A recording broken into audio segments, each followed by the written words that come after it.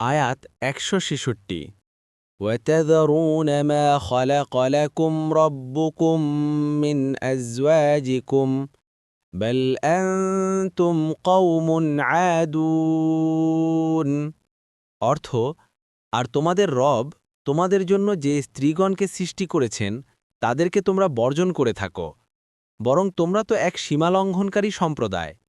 আয়াত ১৬৭ قالوا لئن لم تنته يا لوط لتكونن من المخرجين অর্থ, তারা বলল, হে লূত, তুমি যদি নিবৃত না হও তবে অবশ্যই তুমি নির্বাসিত হবে।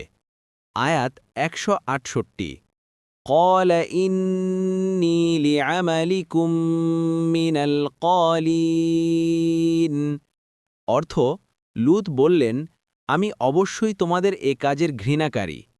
আয়াত ১৬৯ রব্বি নাজ্জিনি ওয়া আহলিয়া মিম্মা ইয়ামালুন অর্থ, হে আমার রব, আমাকে এবং আমার পরিবার পরিজনকে তারা যা করে তা থেকে রক্ষা করুন। আয়াত ১৭০ فَنَجَّيْنَاهُ وَأَهْلَهُ أَجْمَعِينَ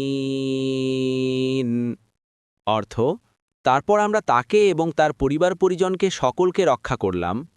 আয়াত ১৭১ ইল্লা আজুজান ফিল গাবিরিন অর্থ, এক বৃদ্ধা ছাড়া, যে ছিল পিছনে অবস্থানকারীদের অন্তর্ভুক্ত। তাফসির ১ নং ফুটনোটের বিবরণ। এখানে আজুজ বলে লূত আলাইহিসসালামের স্ত্রীকে বোঝানো হয়েছে।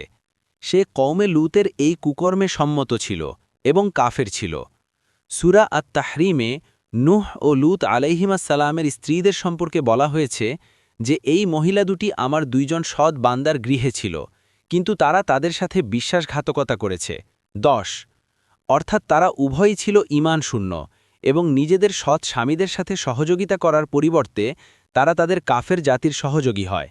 এজন্য আল্লাহ যখন লূতের জাতির উপর আযাব নাজিল করার ফায়সালা করলেন এবং লূতকে নিজের পরিবার পরিজনদের নিয়ে এ এলাকা ত্যাগ করার হুকুম দিলেন, তখন সাথে সাথে নিজের স্ত্রীকেও সঙ্গে না নেবার হুকুম দিলেন।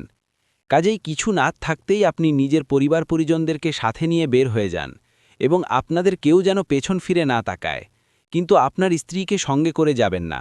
তাদের ভাগ্যে যা ঘটবে তারও তাই ঘটবে। সূরা হুদ ৮১।